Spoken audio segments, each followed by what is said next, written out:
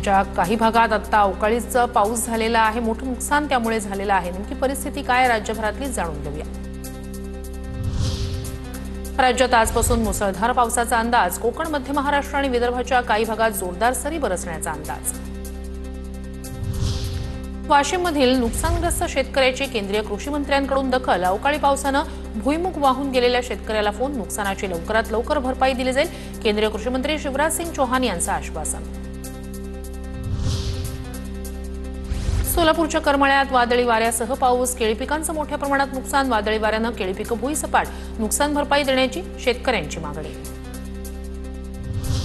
अमरावती जिल्ह्यातील वरुड, मोर्शी, अंजनगाव, सुरजी, धारणी इथे वादळी वाऱ्यासह मुसळधार पाऊस। पावसामुळे कांदा, केळी, संत्र्यासह इतर पिकांचं मोठं नुकसान। अमरावतीच्या मेळघाट परिसराला पूर्व मोसमी पावसानं झोडपलं। वादळी वाऱ्यामुळे घरांचे छत उडाली, शेतीचंही मोठं नुकसान। नुकसान भरपाईची नागरिकांची मागणी। परभणीत पूर्व मोसमी पावसामुळे शेती पाठोपाठ वीट भट्ट्यांचं मोठं नुकसान। वीटभट्टी मालक नुकसानामुळे हवालदिल। वीटभट्टी मालकांची सरकारकडे नुकसान भरपाईची मागणी। बुलढाणा जिल्ह्यात विजांचा कडकडाट आणि वादळी वाऱ्यासह पूर्व मोसमी पाऊस। वीज पडल्यानं 4 जनावरं दगावली।